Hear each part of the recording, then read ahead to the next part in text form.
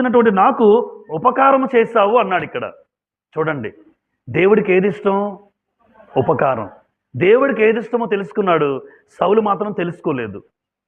అందుకే సౌలు జీవితం ఏమైందో మీకు తెలుసు, దావీదు జీవితం ఏమైందో మీకు తెలుసు.